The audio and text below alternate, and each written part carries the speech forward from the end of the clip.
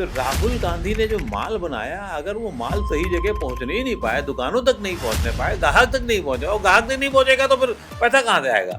राहुल गांधी तो यूपी में उनके पास कार्यकर्ता ही नहीं था, तो डिलीवरी कहाँ से करते वो? तो डिलीवरी के लिए जो आदमी उन्होंने थोक व्यापारी चुना, वो अखिलेश यादव थे। वो काम किसका था? योगी आदित्यनाथ का काम नहीं था। योगी आदित्यनाथ का आज भी परसेप्शन के तौर पर क्या है? लॉ एंड ऑर्डर है, दूसरा है उद्योग को लेकर। मोहतरमा के पास जब चिट्ठी ले जाने को लेकर के जो लंदन जाया करती थी, वो उस पर बात होती, तो उनके शौक थे, उनका तरीका था, उनकी जीवन शैली थी। सिगरेट वो पीते थे, बाकी सब काम वो करते थे। उनके लिए प्रियोरिटी में, क्योंकि उनको तब नहीं लगता था कि हमको कोई चैलेंज करने वाला है। उर्मिला अग्निहोत्री एक विधायक हुआ करती थी, 6 फुटी वहीं के आसपास की। अच्छा, वो बोली नेताजी से कि नेताजी, वो टीपू कह रहे हैं कि वो भी आपके साथ चले। टीपू मतलब अखिलेश? हाँ। तो कहने लगे अच्छा, कहे तो चुपचाप जाके साइकिल चलावे, दिमाग ना खराब हो। वीर बहादुर सिंह को देखिए, वीर बहादुर सिंह जब चीफ मिनिस्टर बने, और जब उनको चीफ मिनिस्टरशिप से हटाया गया, हटा करके उसके बाद में केंद्र में मंत्री बना दिया गया। बाद में मर गए थे वो लंदन में, किसी वहाँ उसमें गए थे। तो बीच में आते थे, उनको 2 आदमी नहीं मिलने वाले आते थे। तुलना जब आपको अपनी बड़ी करनी होगी, बड़े आदमी से करनी, तो बड़ी आदमी से करनी पड़ेगी। अमिताभ बच्चन से रणवीर सिंह अभी इस लायक नहीं है कि तुलना करने लग जाए। मतलब इसीलिए मोदी की तुलना नेहरू से होती है। इसीलिए जितने प्रधानमंत्री का नाम आपने लिया, उसमें सबसे ऊंचा कद नेहरू जी का, नेहरू का था, और निश्चित रूप से वो कभी कम नहीं होगा, ऐसे कहने से कम नहीं होता है। मोदी 4.0 4 जो है आराम से लिखी जा सकती है, आराम से। ये नाम जो है अकू, ये नाम बड़ा यूनिक है। मुझे दूसरा कोई इस नाम वाला मिला नहीं। ऐसे लगता है कि इस नाम में बहुत सारे रहस्य समेटे हुए। रहस्य नहीं है, ये मेरे माँ बाप ने जो नाम दिया था वो अवधेश था नाम। आपका असली नाम अवधेश है? अवधेश नाम। आपको कभी हुआ कि अखबार में कोई खबर छपी और अगले दिन मुख्यमंत्री का फोन आया कि भाई ये क्या छाप दिया है? ये एक बार नहीं हुआ। अच्छा, दसियों उदाहरण होंगे मेरे पास। मुख्यमंत्री का सीधे फोन? मुख्यमंत्री का सीधे। अच्छा, कभी ये भी कहा कि देख लेंगे तुमको? नहीं, वो अदा से लग जाता था। अच्छा, अदा वही थी? अदा से। चले, आपको पता नहीं है। अब उन्होंने गाली का संबोधन, अब आप सोच सकते प्रणाम कहाँ होता है। ...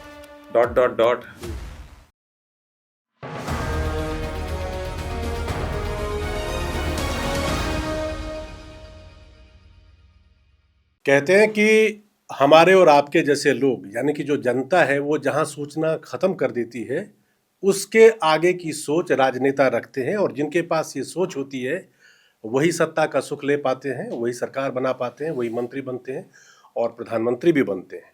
लेकिन मेरा मानना है कि राजनेता, नेता जो कि जनता से आगे की सोच रखते हैं, उसको अगर कोई सही से समझ सकता है तो वो अखबारों के संपादक होते हैं। इसलिए नहीं कि उनके पास कोई ऐसा जादुई छड़ी है जिससे वो पता लगा लेंगे, या वो लाल बुझक्कड़ हैं इसलिए उनको पता चल जाता है। नहीं, ये उनका तजुर्बा है, अनुभव है। और वो 1-2 सालों का नहीं, बड़ी मुश्किल के बाद कोई इंसान, कोई पत्रकार अखबार में जाके संपादक बनता है। तो आज हमने अपने इस पॉडकास्ट के लिए एक ऐसे खास मेहमान को बुलाया है, खास संपादक को बुलाया है, जिनके पास 1-2 नहीं, कई अखबारों में संपादक बनने का तजुर्बा है। और ना सिर्फ किसी एक जगह पे, बल्कि कई जगहों पर उन्होंने काम किया है। तो समझ लीजिए कि हिंदुस्तान को सही मायने में वो समझते भी हैं, प्लस देश की राजनीति भी उन्होंने इतनी लंबी देखी है कि वो राजनेता को देखने के बाद एक थोड़ा बहुत अंदाजा लगा सकते हैं कि ये राजनेता आगे चलकर कितनी दूर तक राजनीति करने वाले हैं। लेकिन आज उनको बुलाने का मकसद थोड़ा स्पेशल, थोड़ा अलग है। वो मकसद भी आपको बताएंगे। पहले हम आपको अपने मेहमान से मिलवाते हैं। हमारे आज के पॉडकास्ट के स्पेशल मेहमान है अकू श्रीवास्तव। अकू जी, आपका बहुत बहुत स्वागत है। बहुत बहुत आभार, धन्यवाद जो आपने मुझे आमंत्रित किया, और आपके काम की शुरुआत इससे हो रही, इससे अच्छा मेरे लिए क्या मौका हो सकता था। आपको धन्यवाद और आभार आपका। तो अकू जी को हमने आज बुलाया है चर्चा करने के लिए, क्योंकि अकू जी ने अभी किताब लिखी है। ये मोदी 3.0 और आगे पटरी पर साख, अकू श्रीवास्तव की किताब है। तो इस किताब के बारे में बात करेंगे, उनसे पूछेंगे। और ये उनकी 5वीं किताब है। अभी थोड़े दिन पहले जब इसका लोकार्पण हो रहा था तो मैं उस कार्यक्रम में गया भी था। तो इसके बारे में विस्तार से बात करेंगे। अक्कू जी, सबसे पहला मैं आपसे ये जानना चाहता हूँ कि ये इस किताब का नाम आपने रखा है मोदी 3.0 और आगे और पटरी पे साख। अब इसमें देखिए 3 चीजें हैं। एक तो मोदी जी हैं, वो अपने आप में ब्रांड है। 3.0 भी मैं समझ गया कि सरकार तीसरी बार बनी है। और फिर नीचे के 2 लाइन पे मुझे थोड़ा सवाल करना है। और आगे मतलब आगे की सरकार, ये लाइन जो है पटरी पर साख, ये पटरी पर साख क्यों? मतलब पटरी से क्या उतर गई थी साख जो वापस आ रही है, या क्यों रखा आपने पटरी पे साख क्यों? देखिए, जहाँ तक जैसा कि आप जानते हैं, मोदी 2.0 भी मैंने लिखी थी। और फिर जब जैसी स्थितियाँ चल रही थी उसमें तय था कि 3.0 को आना था। और 3.0 आने के पीछे कितनी तैयारियां थीं, उसको डिरेल करने के पीछे कितनी तैयारियां थीं, ये भी मैं देख रहा था। और ये सबको पता होता है कि कैसे क्या किया जाना है। आने के पीछे तैयारियां 400 पार वाली आगे थी। डिरेल करने की तैयारियां न्याय यात्रा थी, उसकी उनकी अपनी अलग ब्रांड इमेजिंग थी, इंडिया का बनना थी, INDIA का बनना थी, NDA को कमज़ोर होकर सुदृढ़ होना था, वो था, नीतीश कुमार का आना था, वो था। तो बार बार वो झटके लग रहे थे चीज़ों को, कोई स्मूथ कहीं चीज़ें नहीं हो रही थी। चाहे वो INDI के लेवल पर हो, चाहे वो NDA के लेवल पर हो, कुछ ना कुछ ऐसा हो रहा था कि पटरी पर चीज़ें चल रही हैं, वो अचानक उनको उसका वो जो ग्रिल होती है वो बदली जाती है और वो दाएं-बाएं होती है, फिर उसके बाद फिर पटरी पर आ जाती है। और ये सिलसिला बहुत दिनों तक चला, यहाँ तक कि चुनाव तक चला।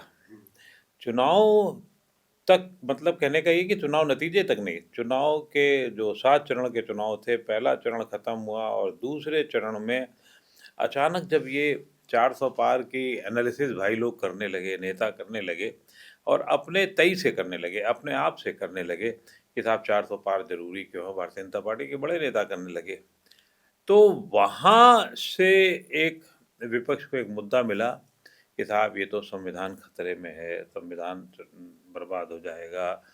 और फिर राहुल गांधी ने उसको उठाया। दूसरे चरण में ये हुआ कि नहीं, संविधान खतरे में है, खतरे में। और वो जो संविधान की तीसरे चरण में किताब निकल आई, पतली सी जेब पे रखने वाली, जो राहुल गांधी आजकल लेकर जो राहुल दिखाई गांधी लेके चलते थे और लोगों को नहीं पता होगा, लखनऊ से ही उसकी पहला प्रकाशन हुआ था, ईस्टर्न बुक डिपो से। तो मैं उसको थोड़ा था, क्योंकि लखनऊ से थोड़ा वाकिफ हूँ और ईस्टर्न बुक डिपो से वाकिफ हूँ, वहाँ की किताब तो मुझे बड़ा हंसी भी आती थी। अब लेकिन मेरी हंसी से कोई मतलब नहीं था, उसका मतलब ये था कि इस किताब के मायने क्या है। तीसरे चरण में आते आते लोगों को ये लग गया कि ये किताब कुछ खेल कर रही है, कि संविधान खतरे में, कुछ जो कहा जाने लगा कि दलितों को ये नहीं मिलेगा, आरक्षण खत्म हो जाएगा, वो खतरे का पॉइंट सही जगह पेनिट्रेट होने लगा। वो राहुल गांधी की न्याय यात्रा से बड़ी सफलता थी। और वो जब होने लगा तो उसको काउंटर करने के लिए तय है कि प्रधानमंत्री मोदी को आना था, बाकी लोगों को आना था, लोगों ने समझाना शुरू किया, लेकिन तब तक काफ़ी देर हो गई थी। तो वो जो पटरी से साख थी कि साहब वो पार्टी, मोदी सरकार, जो नरेंद्र मोदी खुद OBC से आते हैं, खुद उन्होंने आदिवासी राष्ट्रपति बनवाया, खुद SC ST के लिए बहुत सारे काम करने की कोशिश की, और वो उनकी कहीं साख पटरी पे ना उतर रही हो। मतलब आप ये मान रहे हैं, मैं बीच में रोक रहा हूँ आपको, कि जो दूसरे टर्म में आखिर में जाते जाते और उसके बाद जो इलेक्शन का कैंपेन जिस वक्त चल रहा था और जो विपक्ष अपने हिसाब से, देखिए विपक्ष की कोशिशों को काम ही है कि सरकार में जो है उसे हटा के मैं सत्ता में जाऊं, इसलिए आदमी हर जतन से काम करता है और उसे गलत सत्ता पक्ष में रहने वाले करते हैं। तो आप कह रहे हैं कि जो वो दरमियान था, उस दरमियान आपको लगा कि शायद मोदी की जो क्रेडिबिलिटी थी, जो साख थी या लोगों में जो पॉपुलैरिटी थी, और विपक्ष ने जो कोशिश की, उससे वो कहीं से हल्का सा नीचे फिसला था। बिल्कुल, वो फिसलने की कोशिश थी, स्पीड रोकने की कोशिश थी, और निश्चित रूप से INDI के नेता को, राहुल गांधी को, वो सफलता भी मिली। और जब नतीजे जब आए 240 पे रोकने में, पूरी सफलता नहीं मिली, लेकिन ये जरूर हुआ कि बहुमत की सरकार नहीं हुई। फिर उसके बाद NDA की हुई और उसमें तेलुगु देशम आए। इन बिटवीन एक बड़ा रोचक मामला हुआ। श्रीमान नीतीश कुमार INDA से अलग हो गए, और इधर आ गए। तो वो एक रोचकता जो थी वो फिर पटरी पर ले आई चीज़ों को। राजनीति जो है वो समीकरणों का नाम है। आप उसमें कोई एक आदमी की कितनी मान है या कितनी उसकी साख है, उसका नहीं, उस साख के साथ और कितनी चीज़ें जुड़ती हैं, उसका नाम है। लेकिन फिर वो बहुत अच्छे से सरकार बनी, चलने लगी, और उस 6 महीने में ही इतने बड़े फैसले हुए कि लोगों ने जैसा कहना शुरू किया कि अरे अब तो मोदी सरकार जो है वो समझौता करेगी, लेकिन उसने कहीं समझौता नहीं किया। बस इतना था कि एनडीए में बड़ा रूप हो गया, तेलुगु देशम एक थोड़ा पार्टनर बड़ा हो गया, नीतीश कुमार एक बड़े पार्टनर हो गए, तो उनकी बातों को रखना, उनको तो ये दो जो उनकी पार्टनर ज़रूरतें है, थी। इन दोनों पार्टनर को क्या बैसाखी कहेंगे, मोदी जी की बैसाखी? कोई बैसाखी नहीं होती राजनीति में, मैं उस शब्द से नहीं हूँ। जो भी साथ में राजनीति में जब तक रहता है तब तक वो मजबूती से रहता है, नहीं खुद चुपचाप निकल आता है। वो या तो निकल आएगा तो तय बात है कि उसके बाद वो दूसरी सरकार को खतरा होगा, वो कोई और खंबा जमा कर लेगा तो ठीक होगा, नहीं जमा करेगा गिर जाएगा। यहाँ ऐसी स्थिति थी। बैसाखी इसलिए नहीं थी कि ये लोग जितने मजबूत थे उतना ही इनको खुद भी मोदी पर रहना मजबूरी थी। बैसाखी इसलिए नहीं है। बैसाखी तो होती वो हट जाए तो एकदम से पूरा, लेकिन एक दूसरे के पूरक थे ये। इनको ज़रूरत थी तो उनको भी ज़रूरत थी। आज की तारीख में मैं आज जैसी भी स्थिति हो ये मान लूँ कि अगर नीतीश कुमार या तेलुगु देशम में नायडू साहब अलग हो जाना चाहें तो जाएंगे कहाँ? और जाएंगे तो क्या उनको उस सरकार से उतना मान मिलेगा? जी बिल्कुल। उतनी चीजें मिलेंगी? क्यों? क्योंकि उससे बड़े पार्टनर, अगर राहुल गांधी के साथ जाएंगे तो राहुल गांधी के पास बड़े पार्टनर और मौजूद हैं, ऑलरेडी हैं। उद्धव ठाकरे हैं, अखिलेश यादव उससे बड़े पार्टनर हैं, ममता बनर्जी उससे बड़ी पार्टनर हैं, तो आपकी कौन सुनेगा? मतलब कहने का मतलब यहाँ पे गठबंधन में, एनडीए में अगर बीजेपी को फायदा इनके होने से है तो इससे उनको और ज्यादा है, और ज्यादा है। ये आप कह रहे हैं। मैं यही कह रहा हूँ, स्टेट की पॉलिटिक्स में देने की स्थिति में कौन है? देने की स्थिति में तो केंद्र सरकार है। पूरा का पूरा पैसा चाहेंगे, जहाँ जरूरत हो। एक प्लान होता है, एक अनप्लान वाले में होता है, एक जरूरत के हिसाब से होता है। तो वो बहुत तरीके से पैसे दिए जा सकते हैं। आंध्रा में जिस समय एकदम से जो 70-80 हजार करोड़ रुपए बिहार को जो दिया गया, वो सामान्य तौर पे तो नहीं हो सकता था ना। तो तय बात है ये एक साझेदारी की सरकार में ऐसा होता है, लेकिन उनको भी लाभ है। मैं भी इत्तेफाक से दोनों ही राज्यों की राजधानियों में गया, तो एक परिवर्तन से दिख रहे हैं पूरे। इसलिए नहीं, एक वो प्रक्रिया चलती है लेकिन उसकी एक तेजी सी दिखती है। तो एक दूसरे के पूरक हैं वो। अच्छा, फिर क्या हुआ राजनीति में? आप स्थितियों का बड़ा वो होता है, और आप जो प्रसंग होते हैं और प्रसंग के साथ में आपकी साख कैसी होती है। उस समय जब हरियाणा का चुनाव हुआ, जम्मू कश्मीर का चुनाव हुआ, बहुत सारे सवाल थे, बहुत सारी चीज़ें थी, लेकिन जम्मू कश्मीर के चुनाव के नतीजों में भारतीय जनता पार्टी को जो मिला वो उसको मिलना था। उसमें कोई बहुत हमें अपेक्षा भी नहीं थी कि श्रीनगर में ये बहुत बड़ी क्रांति कर ले जाएंगे या, लेकिन वहाँ जब हम लोग श्रीनगर जाते थे या देखा था तब, तो बहुत दिनों बाद ऐसा लग रहा था कि हाँ भारतीय जनता पार्टी के झंडे दिख रहे हैं। लेकिन इससे ये नहीं साबित हो रहा था कि वो कोई सीट वाला स्थिति होगी। दूसरा, बाकी जो जिन पे वो दांव खेल रहे थे, गुलाम नबी आज़ाद वो वगैरह, वहाँ खुश हो चुके थे। वो इतने बड़े कदम से आगे नहीं चल रहे थे। इंजीनियर रशीद वगैरह जो थे वो भी बहुत ज़्यादा आगे तक नहीं जा सकते थे। तो क्या हुआ फिर हरियाणा में? ऐसा हुआ कि परसेप्शन का खेल जो था वो तो अब तो हार रहे हैं। हुड्डा साहब ने जिस तरीके से रणनीति शुरू की और कांग्रेस का पूरा उन पर निर्भर हुए वो, तो वो जो खेल हुआ, और उसके नीचे नीचे जो खेल दूसरा था, इस बीच में एक और खेल हुआ, वो ज़्यादा बड़ा महत्वपूर्ण है, जिसका जो आगे तक काम आएगा, आगे तक उसकी, वो था संघ और भारतीय जनता पार्टी की। आपने लिखा भी, इसके चैप्टर भी में है जी, इसका एक चैप्टर भी है।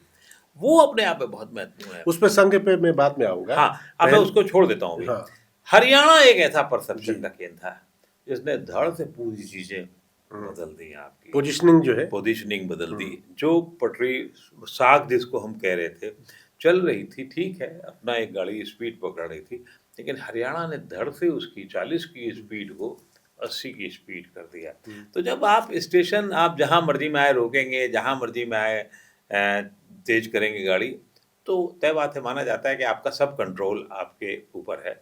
वो साख का यहाँ अंदाजा था। और उसके बाद महाराष्ट्र ने जो किया वो सब हम जानते ही हैं। अभी आपने अभी बात कर रहे थे तो आपने संविधान की बात की, ये भी कह रहे थे कि जो छोटी किताब लेके वो घूमते वो लखनऊ में ही प्रिंट होती है और आपका देखा सुना सब कुछ है। ये पूछ रहा हूँ कि जब चुनाव आप दूसरे तीसरे फेज की बात करते, जब से आया कि ये किताब संविधान खतरे में है, इसको गांव देहात जवार जो छोटे इलाके में लोग थे वो संविधान से भी ज्यादा उन तक ये बात पहुंचाया गया कि बाबा साहेब की जो किताब है वो खतरे में है, वो खत्म हो जाएगी।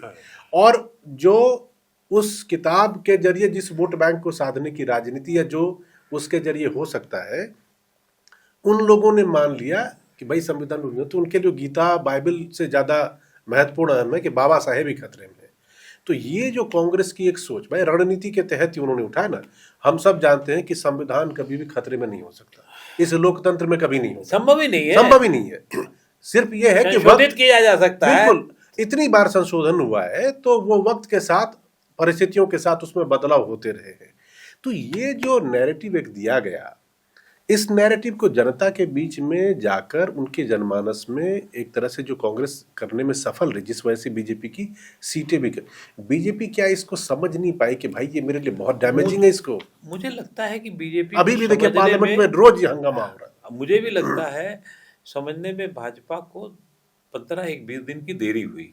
15-20 दिन की देरी हुई, मैं मान रहा हूँ कि संविधान वाले मुद्दे हाँ, में 15-20 दिन जाग उनको ये नहीं समझ आया। और उससे ज्यादा राहुल गांधी ने जिस तरीके से कहा वो सीधे नहीं पहुंच रहा था संविधान खतरे। जब अखिलेश यादव उसको देशी भाषा में वहां पहुंचाना चाहते हैं कि कहा बाबू साहब को, वो बाबा साहब की किताब खतरे में हो जाइए और सब बेकार हो जाइए, तुम सब लोग बेकार हो जाओगे, तुमका जो मिलत है वो सब कुछ ना मिली है। अब वो अवध में होगा तो उसी तरीके से बात होगी। पूरब से लेकर के और इधर मध्य तक में आते आते वो बात बहुत तेजी से फैल गई। हिंदी पट्टी मोटे तौर पे मैं कह सकता हूँ कि बिहार यूपी वाला बेल्ट जो बिहार में नहीं उतना रहा है। मैं फिर आपको करेक्ट कर लीजिए, वजह क्या है, बिहार की राजनीति जो है वो उससे ज्यादा जाति पर आ जाती है। मतलब स्ट्रॉन्ग पूरा सिर्फ जाति हो जाता है। उसमें लालू यादव के पास अगर SC ST है तो वो है, नीतीश कुमार के पास अगर कुर्मी है वो हैं, और भारतीय जनता पार्टी के पास स्वर्ण है, निचला वोट बैंक है, अति पिछड़ा वोट बैंक है, या अति दलितों में जैसे नीतीश कुमार ने अपना काम किया था, महादलित बना दिए थे, 27 में थे, 22 में थे, 21 जातियों को महादलित बना दिया। तो उनका अपनी एक रणनीति होती है। तो उस रणनीति में जिसके पास जो था वो बहुत ज्यादा नहीं हिला।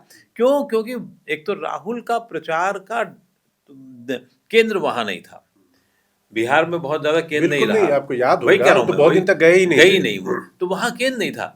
यूपी में आकर के करने की कोशिश बाद में की, लेकिन अखिलेश ने उनकी बात को पकड़ लिया। राहुल की बात को अखिलेश यादव जो थे उन्होंने पकड़ा और पहुंचा दिया। तो जो फायदा मिला है समाजवादी पार्टी को लोकसभा चुनाव में उत्तर प्रदेश में, तो उसका एक तरह से आप कहें उसका क्रेडिट अखिलेश यादव को तो जो है उसके पीछे पीछे राहुल गांधी को भी से ज्यादा नहीं, शुरुआती दौर है। लेकिन उसका अगर आप उल्टा करेंगे तो राहुल गांधी ने जो माल बनाया, अगर वो माल सही जगह पहुंचने ही नहीं पाए, दुकानों तक नहीं पहुंचने पाए, ग्राहक तक नहीं पहुंचे, और ग्राहक तक नहीं पहुंचेगा तो फिर पैसा कहाँ से आएगा? तो ग्राहक तक पहुंचाने वाला माल तो सब लोग बना लेते हैं, उद्योगपति सब बना लेते हैं, बड़ी बड़ी खोपड़ियां होती हैं वहां पर। राहुल गांधी के पास तो खोपड़ियों की कमी थोड़ी होगी, उनके थिंक टैंक बहुत सारे होंगे जो रोज यही काम करते हैं बैठ करके। लेकिन वो उसकी डिलीवरी, राहुल गांधी तो यूपी में उनके पास कार्यकर्ता ही नहीं था, तो डिलीवरी कहाँ से करते वो? तो डिलीवरी के लिए जो आदमी उन्होंने थोक व्यापारी चुना वो अखिलेश यादव थे। और अखिलेश यादव ने उनके पास, क्योंकि रिटेलर की संख्या बहुत सारी है, दुकानें बहुत सारी हैं, उनके कार्यकर्ता बहुत सारे हैं, और वो सही जगह पर सही माल सही पैसे में, बल्कि वो रिडक्शन में पहुंचा रहे थे। और वो बात ये कह रहे थे कि खतरा बहुत बड़ा है, बिल्कुल बहुत बड़ा है। तो जब बहुत बड़ा खतरा है तो फिर वो काम कर गया। उसको आप ये संभालने की कोशिश भारतीय जनता पार्टी ने जब तक की, तब तक नीचे धरती की प्लेटें हिल चुकी थी, और हिलने में जोड़ने में बहुत टाइम लगता है।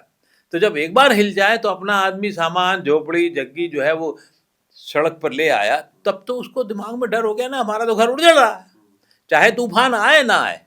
तो जो तूफान वो आना था, वो तूफान का डर इतना बड़ा था वहां कि उसने भारतीय जनता पार्टी की 30 से ज्यादा सीटें कम कर दी जो अपेक्षा थी, और उसका नतीजा था। इसका योगी आदित्यनाथ से कोई लेना देना नहीं है। देखिए, अब आप योगी आदित्यनाथ का अलग चैप्टर है, उसको आप मतलब सीधे सीधे कहें लोगों ने जो नहीं, सीधे नहीं, आप देखिए, इसलिए मैंने सवाल ये किया क्योंकि अगर सबसे बड़ा आप चैप्टर है उत्तर वो। प्रदेश में सपोज करिए अगर बीजेपी को कम सीटें आई हाँ। और आप उस सूबे के मुख्यमंत्री हैं, तो लोग उम्मीद तो करेंगे ना कि भाई, कई बार शिवराज सिंह चौहान की आप बात जब करते हैं तो कहते हैं कि मध्य प्रदेश में सारी सीटें लाने के पीछे या एक आध अगर रह गया तो उसमें शिवराज सिंह चौहान का कंट्रीब्यूशन बहुत बड़ा है, ठीक है, लाडली बहना योजना जो भी। तो उसी तरह उत्तर प्रदेश के बारे में भी जब बात होगी तो अगर वहां पे शिवराज सिंह का उदाहरण इसलिए दिया जाएगा क्योंकि वो मुख्यमंत्री थे, तो उत्तर प्रदेश में भी पूछा अब मैं जाएगा। आपसे सवाल पूछता हूँ जी। मजेदार सवाल पूछ रहा हूँ। शिवराज, मध्य प्रदेश में छोटा प्रदेश तो है नहीं, बड़ा प्रदेश है। मध्य प्रदेश में दूसरे नेता का नाम बताइए जिसके नाम पे वोट पड़ते हो। नहीं पड़ता, नहीं पड़ता ना, नहीं पड़ता। भारतीय जनता पार्टी पर तो नहीं है ना, ना। वहां तो मामा है, मामा अपने तरीके, मामा हर एक के पास चले जाएंगे, मामा आदिवासियों के बीच में बैठ जाएंगे। हम जब भोपाल गए और बिदुनी गए, इधर उधर गए, तो मुझे ताज्जुब हुआ, ये आदमी आदमी है कि क्या है लोगों के लिए। जहां देखो वहां बैठ जा रहा है, जहां देखो बात कर रहा है, और उसके जो लाडली बहना योजना थी, उसने 6 महीने में ऐसा कमाल किया कि उसकी मशीनरी ऐसी रखी कि धड़ से उसने बनाया, धड़ से लागू किया, ब्यूरोक्रेसी को उसने फिट कर दिया कि हर जगह हो गया। कुछ को नहीं मिला, चुनाव के समय भी ऐसा रहा। भोपाल में जब मैं था तो वहाँ मैंने जब दलितों की बस्ती में गया तो उनको कहा नहीं मिला, उन्होंने तो 2-3 लोगों ने, महिलाओं ने शिकायत की, लेकिन वो विश्वास भी उनका था कि भैया अगली बार जब खुले तो हमें मिल जाएगी, कोई दिक्कत नहीं है हमें। तो भरोसा, तो जो डिलीवरी का भरोसा था वो भोपाल में हो गया, मध्य प्रदेश में हो गया। उत्तर प्रदेश पे आइए, उत्तर प्रदेश में एकमात्र नेता हम मान भी लेते हैं योगी आदित्यनाथ हैं, लेकिन उनके पैरेलल चलाने की कोशिश करने वाले 2 मुख्यमंत्री हैं, एक प्रधानमंत्री हैं, एक अमित शाह हैं। तो ये सब लोग के नाम जो हैं, मैं अध्यक्ष वगैरह को बिल्कुल किनारा कर दे रहा हूँ, जेपी नड्डा वगैरह वगैरह को, ये 4 नाम तो है ही ना जो कहीं ना कहीं जाति के नाम पे कहीं ना कहीं कुछ अगर करना चाहें तो कर तो सकते हैं, नहीं कर पाते हैं क्योंकि प्रधानमंत्री को खुद का एक वरद हस्त प्राप्त है योगी को। तो अगर प्रधानमंत्री उनको चाह रहे हैं या उनकी, क्योंकि उनको भी लगता है कि हमारा पूरा भारतीय जनता पार्टी का जो सबसे बड़ा राज देनदार जो हमें आगे बढ़ाता है वो तो यूपी है, तो ऐसा वो खुद तो नहीं चाहेंगे, लेकिन बाकी लोग जिनके मन में इच्छा 5 साल पहले थी कि हम अध्यक्ष थे और नहीं बन पाए आगे, तो वो तो कभी ना कभी मन में वो होता ही है ना कि मैं, मेरे साथ काम करने वाले भी होते हैं, आपके साथ काम करने वाले भी होते हैं, और होना भी चाहिए। लेकिन जिससे पार्टी जब डैमेज हो रही हो तब आप उस तरीके से ना लगें और आप उसको काउंटर, वो काम किसका था? योगी आदित्यनाथ का काम नहीं था। योगी आदित्यनाथ का आज भी परसेप्शन के तौर पर क्या है? लॉ एंड ऑर्डर है, दूसरा है उद्योग को लेकर के। 2 चीजें उनकी सिर्फ है, मैं मानता हूं, मैं उनको उनके काम को लेकर के इसमें समर्थक इस मामले में हूं कि वो आदमी बेईमान नहीं है। आपने बहुत अच्छा लिखा है, मोदी जी के कुर्ते में पॉकेट नहीं है। मैं यही कहने जा रहा था, अभी यही कहने जा रहा। जैसे मोदी जी के कुर्ते में जेब नहीं है, वैसे योगी जी के भी कुर्ते में जेब नहीं है। आपको पता होना चाहिए 7 साल हो गए, उस आदमी ने आज तक किसी बिल्डर एसोसिएशन से मुलाकात नहीं की है। इसके पहले वाले कार्यकालों में देख लीजिए, पहले महीने में ही पूरा नमस्ते होती थी, माला पहनी जाती थी और 1-2 काले बैग इधर उधर से उधर होने के सिलसिले लगातार चल जाते थे। उसके भुक्तभोगी नोएडा और एनसीआर के लोग यहाँ पे बैठे पड़े हुए हैं, सबको सब पता है जी, कहाँ जमीनें हैं, कहाँ बची हुई हैं, कहाँ किस तरह से ले जानी है, कैसे ट्रांसफर होना है, पोस्टिंग। बाकी जगह पे हो सकता है कि है भ्रष्टाचार अभी भी वहाँ है, उसको रोकने की कोई कोशिश नहीं, क्योंकि परसेप्शन का खेल नहीं। तो आप कह रहे हैं कि बीजेपी के वोट बैंक और सीटों के हिसाब से यूपी और एमपी की तुलना नहीं हो सकती क्योंकि लीडर जो 2 अलग अलग है। हाँ, शिवराज सिंह चौहान के कद में, पॉपुलैरिटी में और काम में और भरोसे, ट्रस्ट। देखिए उनका, शिवराज सिंह चौहान का काम, पॉपुलैरिटी एक दूसरे को जोड़ती है जी, और तीसरा ये कि वहाँ कोई रेता लगाने वाला, कटिंग करने वाला, कोई लकड़ी काटने वाला नहीं, अगल तो बगल से नहीं है। उसका तो एक दूसरा भी हो उनकी सकता है। जोड़ काटने वाले कोई नहीं है वहाँ नहीं, पर। उसका तो एक दूसरा भी एस्पेक्ट हो सकता है ना। वो जड़ काटने वाला दूसरा इसलिए नहीं है कि सामने वाले ने अपने आप को विस्तार, फैलाव और इतना मजबूत कर लिया कि साइड के सारे खत्म हो गए। अरे भाई, वो चौथी बार, बने जी। मतलब पिछले 2000 सन जब से शुरू हुआ तब से उसकी सत्ता लगभग चल रही है जी वहाँ पर। बिल्कुल। योगी जी के साथ तो वो नहीं है। योगी ने तो एक परसेप्शनल आम आदमी के लिए जो होता था कि यार बड़ा बुरा हाल है, 9-10 बजे के बाद यूपी में, बिहार ऐसी स्थिति नहीं नहीं थी, थी। लेकिन लॉ एंड ऑर्डर की कब समस्या किसकी गोली मार दिया है। व्यापारियों को देख लीजिए आप, नोएडा और ग्रेटर नोएडा में आज, और बात कर लीजिए और 7-8 साल पहले बात कर लीजिए, सब वसूली वाले जिंदा थे, बाकी चीजें होती थी। हो सकता है हम आप बहुत बड़े लोकतंत्र के प्रेमी हों, लेकिन जब वो घुटने में गोली लगती है, जैसे जैसे गोलियां ज्यादा लगना शुरू हुई, देखिए अपराध कम होता शुरू हो गया। तो यहाँ की शपथ में यही है कि आपको डर होगा तभी चीजें चलेंगी। लॉ एंड ऑर्डर को लेकर के डर हुआ, इससे बहुत स्थितियां सुधरी हैं। और उसका फायदा सिर्फ उद्योगपति को नहीं होता, उसका फायदा गरीब आदमी को भी होता है। जो गरीब आदमी काम करने जाता है सुबह शाम, जिसके यहाँ 5 आदमी उसे पालने हैं, मियाँ बीवी है, तो बीवी को भी काम करने भेज देता है, तो उसको लगता है कि थोड़ा बहुत बचा रहेगा। तो इस लिहाज से जो वहाँ सीटें कम हुई, लेकिन जब जब सरकार बन गई, स्थितियां ठीक हो गई, फिर महाराष्ट्र का चुनाव आया, और महाराष्ट्र के चुनाव ने जो किया वो हम कैसे हुआ, क्यों हुआ, क्या हुआ, ये दूसरे तीसरे चैप्टर में बहुत सारी चीजें हैं मैं लिखी इसी हुई हैं। किताब पे वापस आ रहा हूँ। इस जी। किताब की शुरुआत में जब आपने मोदी सरकार के बारे में, नरेंद्र मोदी के बारे में लिखने के, प्रधानमंत्री उनके तीसरे कार्यकाल का जिक्र किया है, तो आपने भी नेहरू का जिक्र किया है कि नेहरू के तरह वो तीसरी बार लगातार कंज्यूकेटिव प्रधानमंत्री बनने वाले नेता है। बात सही है, इसमें कोई दो राय नहीं है। और मैं ये देख रहा हूँ कि पिछले कुछ दिनों में अगर आप देखिए तो बीजेपी की तरफ से अगर अपोजिशन या आलोचना या किसी को निशाना बनाकर हमला करने के, पॉलिटिकली हमले की बात में कर रहा हूं, अगर किसी एक शख्सियत, किसी एक नेता का अगर नाम आएगा तो पंडित नेहरू है। वो सबसे ज्यादा हमलावर रहती है, संसद से लेकर कहीं तक भी। आप जब इन चीजों को देखते हो, नेहरू से बार बार उनकी कार्यकाल को लेकर ही सही की तुलना होती है, आपको लगता है कि नेहरू की जितनी आलोचना की जाती है उतने आलोचना के हकदार नेहरू हैं? देखिए, किसी भी, इस मामले में मेरा बहुत साफ मानना है, हर राजनेता ने अपनी बुद्धि विवेक के हिसाब से जो कंट्रीब्यूशन करना होता है वो किया है। उसकी जो इच्छाएं होती हैं, जो तरीका होता है, अब हम लोग एक बड़ा सुनते हैं कि साहब उनके लिए कपड़े धुलने कहाँ जाते थे, और ये आज से नहीं सुना जा रहा है, बचपन से 60 साल से हमने भी सुना जा रहा है। हमारे बाप दादा जो थे, वो हमारे पिताजी तो अक्सर ये सब कहानी सुनाया करते थे, हम हंसी में उड़ा देते थे। फिर अभी भी जो कई चीजें होती हैं, मोहतरमा के पास जब चिट्ठी ले जाने को लेकर के जो लंदन जाया करती थी, वो उस पे बात होती, तो उनके शौक थे, उनका तरीका था, उनकी जीवन शैली थी। सिगरेट वो पीते थे, बाकी सब काम वो करते थे, उनके लिए प्रायोरिटी में, क्योंकि उनको तब नहीं लगता था कि हमको कोई चैलेंज करने वाला है। उनको चैलेंज करने वाले पहले उनके प्रधानमंत्री बनने से पहले थे, तो गांधी जी ने उनको किनारे कर दिया। जब वो किनारे हो गए तो उनको फिर नहीं लगा कि उस सत्ता को उनकी चैलेंज करने वाला हो, तो उन्होंने चाहे देश की नीतियां हो, विदेश की नीतियां हो, अपने तरीके से, अपने हिसाब से। उनको ये थोड़ी तब पता था कि अंबेडकर को लेकर के इतने बड़े बवाल होंगे। तो अगर ये उनको पता होता तो वो जो अंबेडकर को विदेश जाना होता, या विदेश के दल में जाना होता, या अंबेडकर को हराने जिताने को लेकर के बात होती है, वो नहीं करते, या हो सकता थोड़ी कम करते। ये किसी को कुछ नहीं पता होता है। अकुल, ये बताइए, आपको पत्रकारिता करते हुए कितने साल हो गए? 45 साल हो चुके। 79 में मैंने काम शुरू कर दिया था। ठीक है। अब आपने अभी ये कहा कि नेताओं को कभी उनको लगा नहीं होगा कि इस तरह से हो सकता है।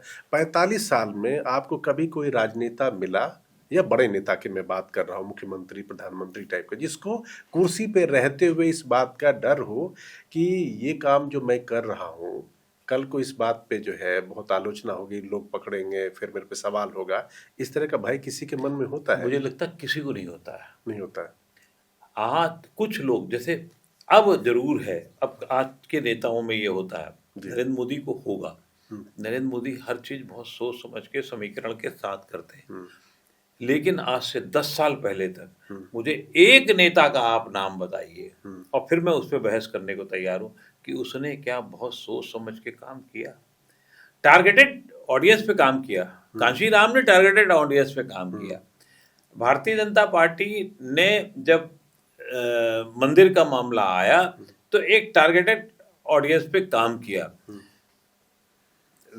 बाकी और लोगों ने हो सकता है कई, जैसे बिहार में है वीआईपी आप पार्टी बिहार है। में तो बहुत दिन रहे। नहीं, बिहार में वीआईपी पार्टी है, यूपी में भी इस तरीके की पार्टी है। ये टारगेटेड ऑडियंस की छोटी पार्टियां छोटी हैं पार्टियां हैं। जो टारगेट ऑडियंस होती है, चाहे वो मछुआरा हो, चाहे वो कोई एक जाति के लोग हो, उनको पकड़ करके अपनी दुकान सजा लेते हैं। हमारे बिहार में देख लीजिए, कुशवाहा साहब है, कुशवाहा कोयली कुर्मी के कोयली के उस पर वो हो गया और उनका यूपी में राजभर जी हैं। यूपी में ओम प्रकाश राजभर है। जी। तो वो अपनी जाति, अपने काम करने वाले लोगों के साथ में मिल करके काम करते हैं वो, लेकिन वो बहुत छोटी संकुचित सोच होती है देश को लेकर के, अपनी इमेज को लेकर के। इनमें से ये कोई आदमी अपनी इमेज के लिए सोचता नहीं नहीं। चिंतित है। जितने मैंने नाम गिनाए आपको, वीर बहादुर सिंह थे, नारायण दत्त तिवारी थे। नारायण दत्त तिवारी ने कभी नहीं सोचा होगा कि वो अपने हिसाब से अपनी मस्ती में जब चले गए, तो अब क्योंकि उसकी उनके उनसे बहुत बड़ा करने वाले लोग राजनीति में हैं, तो इसलिए उनकी वो बात ही नहीं करता कि कौन उनके कितने चाहने वाले थे, कितने करने वाले थे। मुलायम सिंह यादव देख लीजिए, उन्होंने कभी सोचा था कि दूसरा विवाह करेंगे तो आप सवाल उठाएंगे ना। आपने मुलायम सिंह का एक जिक्र किया है। हाँ। अपनी किताब में आपने लिखा है कि एक बार लगभग आप किसी धर्मयुग या किसी के लिए काम करते इंटरव्यू थे। करने जी, के। इंटरव्यू करने की बात थी और आपको उनके साथ हेलीकॉप्टर में जाना हाँ। था, लेकिन उस हेलीकॉप्टर में आपके साथ कोई और भी सवारी की बात थी। क्या घटना क्या थी, जरा बताइए। हुआ क्या था कि जी। मैं उस समय टाइम्स ऑफ इंडिया ग्रुप में था, नवभारत टाइम्स में था, लखनऊ में था, और हम लोग अक्सर जो है 5 कालिदास मार्ग पे चले जाते थे और वहाँ जनता दरबार चलता था। जी जी। जनता दरबार सचमुच तब जनता दरबार होता था, मैं भी उसमें गया कोई हूँ। बहुत बड़ा रोकने टोकने वाले लोग नहीं होते थे। बेचारे लोग जिनकी समस्याएं होती जो आते थे उनकी समस्याओं को, और नेताजी मुख्यमंत्री अपना आते थे अपना, तो मिले जुले। जाड़े के दिनों का समय था मेरे ख्याल से वो, और मुझे तब तक धर्मयुग से एक असाइनमेंट आया कि नेताजी से इंटरव्यू करना है। आप लखनऊ में सोचिए। पॉपुलरली उनको पत्रकार नेताजी ही बोलते थे। हाँ, हम लोग तो नेताजी वो थे भी। असल में वो आदमी का व्यक्तित्व, उनकी राजनीति दूसरी थी, व्यक्तित्व दूसरा था, और हर एक से वो मिलने जुलने वाला, बात करने वाला, लोगों को बनाने वाला, एक नाम से पुकारने वाला आदमी था। तो हम उनके साथ टहल रहे थे, तब तक कुछ आएगा, तो हमने कहा धर्मयुग के लिए इंटरव्यू करना है। तो कहने कैसे, तो ठीक है तुम चलो मेरे साथ। तो उसमें बहुत मान सम्मान प्यार की बात होती थी। अरे हमने कहा, आपने कह दिया चलो मेरे तो साथ। नेताओं के पास पत्रकार को एक्सेस आसान था। हाँ, तो एक्सेस बहुत अच्छा था। ये नहीं था कि अच्छा फोन करके बताएंगे, समझेंगे, देखेंगे ना, ऐसा कुछ नहीं होता था। चलो मेरे साथ। अरे हमने कहा कहाँ चलो, कहले एटा जा रहे, चलो मेरे साथ आ जाना बाद में शाम। अरे हमने कहा आपने कह रहे हैं आप रात में आ जाना, हमें नौकरी भी करनी है, अखबार में काम भी करना था। कहले चिंता ना करो, तुमको भिजवा देंगे, देख लेंगे अगर देर होगी तो। अच्छा। अब आप देखिए, वो आदमी ये भी नहीं कि अब तुम्हारी वो है, तुम जानो तुम्हारा काम ना। तब तक उर्मिला अग्निहोत्री एक विधायक हुआ करती थी, 6 फुटी वहीं के आसपास की। अच्छा। वो बोली नेताजी से कि नेताजी, वो टीपू कह रहे हैं कि वो भी आपके साथ चले। टीपू मतलब अखिलेश यादव। हाँ। तो कहने लगे अच्छा, कहे तो चुपचाप जाके साइकिल चलावे, दिमाग ना खराब हो। लिटरली यही शब्द थे, अच्छा। दिमाग ना खराब हो, चुपचाप शादी करा। अखिलेश उस समय आप समझ सकते हैं 90 में क्या उम्र थी, 11-12 साल के रहे होंगे, और वो उनको किनारे कर दिया। उनको एक अंदाजा था कि कब कहाँ किसको कैसी जगह दी जानी चाहिए, और वो प्यार दुलार में वो ये भी नहीं देखते थे कि कहाँ क्या कहें। वो अपने हिसाब से चलने वाले आदमी होते थे, जब जिसकी जो ज़रूरत है। राजनीति उनकी अलग थी, व्यक्तिगत व्यवहार उनका अलग था। तो आप किसी नेता का ना, वीर बहादुर सिंह को देखिए। वीर बहादुर सिंह जब चीफ मिनिस्टर बने, और जब उनको चीफ मिनिस्टरशिप से हटाया गया, हटा करके उसके बाद में केंद्र में मंत्री बना दिया गया। बाद में मर गए थे वो, लंदन में किसी वहाँ उसमें गए थे। तो बीच में आते थे, उनको 2 आदमी नहीं मिलने वाले आते थे। एक पलंग खटिया जिसे हम लोग कहते हैं, जो माड़ से बनती रस्सी है, से जूट से, उस पे आकर के लौट जाते थे। फिर वो कहलाते थे किसी से कि यार मिलो तो कुछ बात करते हैं। जबकि वो मंत्री था केंद्र में, हम्म, संचार मंत्री था। संचार तब मंत्री उस समय बड़ी औकात की चीज होती थी। आज संचार मंत्री को कोई नहीं जानता है। उस समय संचार मंत्री फोन बांटता था, हमारे पास लैंडलाइन नहीं थी। तो वो अजय मल्होत्रा नाम के एक सज्जन हुआ करते थे, उनके पीएस, तो उसने वो थे साथ में। तो वीर बहादुर बोले कि अरे तुम अपना नंबर तो नोट करा। हमने कहा, नंबर पर कहाँ था, फोन ही तो होगा नहीं तो नंबर कहाँ नोट कराएंगे। ये 90 मैं क्योंकि अलग घर में आ गया था। तो अच्छा फोन नहीं है, अजय इनका नंबर ले लो और वो इसका एड्रेस लो, फोन कराया। दूसरे दिन पता लगा 3,000 रुपये भी नहीं जमा किए, जो जमा करने होते थे उसी समय। फिर बाद में जैसे ही आया तब जमा किए गए, और पता लगा ठक ठक लगना फिर कोई लोकल लैंडलाइन हमारी, जो सबसे बड़ा काम। और उसके बाद न जाने कितने लोगों को आप दिला सकते थे, और दिलाए भी होंगे, क्योंकि जिसकी जरूरत होती थी कि भाई जरूरत है, तो तब भी उनको उतना नहीं मान सम्मान मिलता था। और ना उन्होंने तब ये सोच के काम किया था कि कोई ये मैं उनके कुछ काम आऊंगा। मैं क्या काम आऊंगा, खबर से अलावा मेरा कोई मतलब नहीं था। इससे ज्यादा कभी किसी के लिए आज तक नहीं किया, और पहले भी नहीं किया था। नीतीश कुमार भी मतलब 2000 तक तो ये सब सिलसिला होता ही नहीं था। लालू यादव ने जो किया, अगर उनको याद होता है या समझ में होती, तो क्यों अपने साले को बढ़ावा देते। लालू जी अपना चुपचाप अपना जैसे कर रहे थे करते रहते। कोई राजनेता आज से 10-15 साल तक नहीं करता था, क्योंकि जो बहुत माइनॉरिटी में होता है और मेन सत्ता में आ जाता है, तब वो सोचना शुरू करता है कि क्या गणित की जाए। तो पहले नेहरू जी ने कभी नहीं सोचा होगा, लाल बहादुर शास्त्री ने कभी सोचा था कि मैं मर जाऊंगा तो ये होगा, मेरे नाम ये जय जवान जय किसान का स्थायी रूप से बढ़ाएगा। इंदिरा गांधी ने कभी सोचा था कि 71 की लड़ाई में हो जाएगी तो मेरे को किस तरीके से, क्या अटल बिहारी वाजपेयी मुझे दुर्गा कहेंगे या नहीं कहेंगे। तो ये सब नहीं सोचा जाता था। अब जरूर ये सोचने की स्थिति हो गई। क्यों? क्योंकि अब लोगों को लगने लगा है कि हम जब सोचते हैं कि 5 साल बाद मीडिया, सोशल मीडिया का क्या होगा, मीडिया का स्वरूप क्या होगा, अब राजनीति का इसलिए स्वरूप भी क्या सोचा होगा। जाएगा सर कि नेहरू जी आज से देखिए कितने साल, 70 साल के करीब हो गए, 70-75 साल पहले वो करते थे, तो 70 साल बाद उनको इतने शिद्दत से याद किया जा रहा है।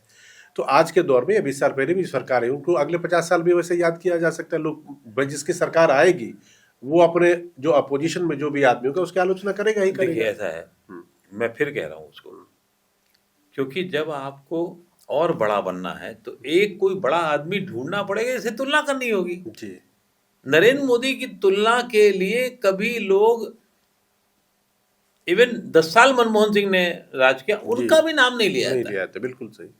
बाकी चंद्रशेखर, चरण तो कहीं है ही सिंह, गुजराल, वो नंदा, या ये अपने पंजाब के जो गुजराल साहब, इन सबका क्यों नाम लिया जाएगा। तो तुलना जब आपको अपनी बड़ी करनी होगी तो बड़े आदमी से करनी है। तो बड़ी आदमी से करनी पड़ेगी। अमिताभ बच्चन से रणवीर सिंह अभी इस लायक नहीं है कि तुलना करने लग तो जाए। मतलब इसीलिए मोदी की तुलना नेहरू से होती है, क्योंकि इसीलिए जितने प्रधानमंत्री का नाम आपने लिया उसमें सबसे ऊंचा कद नेहरू जी का है। नेहरू का था, और निश्चित रूप से वो कभी कम नहीं होगा, ऐसे कहने से कम नहीं होता है। लेकिन जब आप विवाद में फंसाने की कोशिश करेंगे तो दूसरा भी तो आदमी पूरा, अभी का जो संसद का भाषण प्रधानमंत्री का था जी। संविधान को जी, लेकर के, संविधान पे वो अगर अमित शाह वाली बात नहीं हुई होती जी। तो शायद वो इतिहास में याद रखने वाला, फिर कभी नाम नहीं लेते। जो काट की हांडी चढ़ाने की कोशिश की थी, वो दोबारा नाम नहीं लिया था संविधान का। एक एक करके पूरा तब कागज सामने रख दिए गए हैं। क्या कह सकते हैं आप। अगर जी एक बात बताइए, आपने तो एक तरह से बीजेपी को पैदा होने से लेकर अब तक का सफर देखा है, क्योंकि जितना लंबा आपका पत्रकारिता का करियर है उसमें बीजेपी की शुरुआत से लेकर यहाँ तक है। जो एक आम परसेप्शन है उसकी मैं बात कर रहा हूँ, तो बीजेपी को लेकर ऐसा लगता रहा या लोग सोचते हैं कि बीजेपी पोलराइज करने वाली पार्टी है। पोलराइज मतलब हिंदू मुसलमान करने वाले, राम मंदिर उनके कोर एजेंडे में था, 370 था, और ये सब तमाम चीजें अब हो चुकी हैं। 370 भी हट गया, राम मंदिर भी बन गया, उसका नतीजा भी हमने देख लिया कि पॉलिटिकली उनको चुनाव में फायदा हुआ नहीं उतना, जो सीटों के हिसाब से। इस चुनाव में जो दो चीज अहम निकल के आई है, एक जो आपने अपनी किताब में भी जिक्र किया है वो है लाभार्थी, और दूसरा आधियावादी यानी महिलाओं की बात। शुरू में बीजेपी के लिए ये भी परसेप्शन था कि ये पढ़े लिखे लोग, शहरी तबके के लोगों की पार्टी, व्यापारियों की पार्टी है, मध्यवर्ग की पार्टी है। लेकिन ये जो पिछले साल 1.5 साल में जो शिफ्ट देख रही है, 2 साल में, आपको लगता है कि ये दो वर्ग, एक लाभार्थी जिसको पैसा मिल रहा है, बेनिफिट मिल रहा है सरकारी, और दूसरा महिलाएं, बीजेपी का नया वोट बैंक है जिससे सत्ता में रहने की आने वाले दिनों की गारंटी साबित होगी? नरेंद्र मोदी को जाना इसीलिए जाएगा। अब इतिहास में जब भी नरेंद्र मोदी को जब खंगाला जाएगा तो नरेंद्र मोदी ने जो पैराडाइम शिफ्टिंग हुई है राजनीति की, वो उन्होंने मुद्दों को लेकर के और सीधे लाभ पहुंचाने को लेके की। आप सबसे पहला लाभ जो पहुंचाया वो क्या पहुंचाया? 2 साल में नहीं हुआ, वो उज्ज्वला योजना का था। जी बिल्कुल। 14 में सरकार आई, 15 से उसकी बात शुरू हुई और उसके बाद के जितने चुनाव हैं, उज्ज्वला योजना उज्ज्वला योजना उज्ज्वला योजना की बात कर रहे हैं। जब कोविड के बाद उत्तर प्रदेश में चुनाव हो रहे थे, मुझे याद है जो पत्रकार बिरादरी थी उनको ऐसा लगता था कि कोविड के दौर में जो उत्तर प्रदेश में लोगों ने देखा, कानपुर से लेकर प्रयागराज तक नदी के किनारे लाशों की जो तस्वीर आई, उसके बाद शायद वो सफलता न मिले, बीजेपी को सरकार बनाने में बड़ी दिक्कत होगी।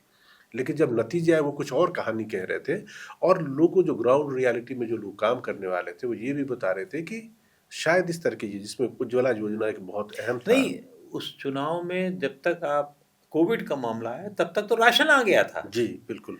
उसके पहले उज्ज्वला आई जी। उज्ज्वला के बाद मकान आए, मकान के बाद बाथरूम आए, जो जी, जी, इज्जत घर आए, इज्जत घर के बाद फिर कोविड आ गया, फिर अनाज आ गया, अनाज साल 2 साल के लिए था, फिर 5 साल के लिए आ गया, 10 साल के लिए हो गया। तो जो गरीब आदमी था उसको एक बेसिक जरूरत का सामान मिलने लगा, पैसा मिलने लगा, किसान योजना आ गई।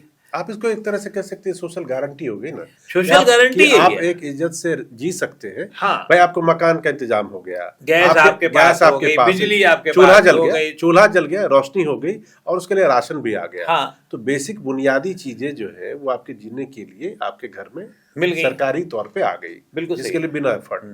तो ये एक वोट बैंक है जो कि बीजेपी या मोदी जी ने क्रिएट किया है, जो आपको लगता है कि आने वाले दिनों में पार्टी के लिए बहुत बड़ा काम करने वाली है। वो रहेगा। लेकिन जैसे अभी आपने एक शब्द बीच में पासिंग रिमार्क में कहा कि मंदिर बन गया तो उसका कुछ नहीं असर हुआ, जी 370 हुआ तो उसका असर नहीं। भारतीय राजनीति में ये होता है कि जब जो चीज बन जाती जब तक नहीं बनती तब तक तो उसका एक वो रहता है, रामलला हम लाएंगे, जब आगे मंदिर वही बनाएंगे, कहाँ बनाएंगे, कहले वही बनाएंगे, वहां बना दिया, बन गया तो ठीक है यार, तुम्हारा काम तो कर दिया तुमने, चैप्टर ओवर, 370 तुम्हारा काम था, तुमने कर दिया। अब अगर कोई आदमी ये कोशिश करेगा कि 370 हटाने की, या कोई जो संभव नहीं है, अगर कोई मान लीजिए कहीं से भी कोशिश की जाए, तब फिर इनकी जरूरत महसूस होगी, तब फिर वो मुद्दा बन जाएगा। लेकिन वो नहीं होने वाला है, संभव ही नहीं है, तो फिर कैसे होगा? तो ये भारतीय राजनीति। लेकिन लाभ जो आपको जेब में जो ठीक से किया जा रहा है, भारतीय राजनीति में एक और लाभार्थी योजना शुरू करने वाले खिलाड़ी हैं, वो है केजरीवाल साहब। तो केजरीवाल साहब ने जो बिजली पानी का खेल शुरू किया, वो एक सही में डिलीवरी देता था, और जब डिलीवरी दे रहा है तो लोगों को वहां दिल्ली से भारतीय जनता पार्टी को आम आदमी पार्टी की सरकार हटाने के लिए ना कुछ चबाने पड़ सकते हैं। मैं, आप चूंकि केजरीवाल का नाम ले रहे हैं आप, और दिल्ली की बात हो रही, दिल्ली में चुनाव भी होने वाले हैं, ये बताइए ये क्या पहेली है कि जब दिल्ली में लोकसभा चुनाव होते हैं तो बीजेपी जो है 7 के 7 सीट जीत जाती है, कोई दिक्कत नहीं है। लेकिन जब विधानसभा चुनाव आते हैं तो फिर केजरीवाल एकदम सुपर सॉलिड तरीके से जीत जाते हैं। मतलब तब बीजेपी वैसे परफॉर्म नहीं कर पाती है, या वैसे मुकाबला चुनौती नहीं पेश कर पाती है जैसे कि लोकसभा चुनावों में। बहुत सीधा सा है, सबको, दिल्ली की जनता जो है वो, मतलब जितनी जरूरत की पढ़ी लिखी होनी चाहिए वो तो कम से कम है, उससे ज्यादा भी है। तो ऐसा नहीं कि बिल्कुल वो एक हवा में है।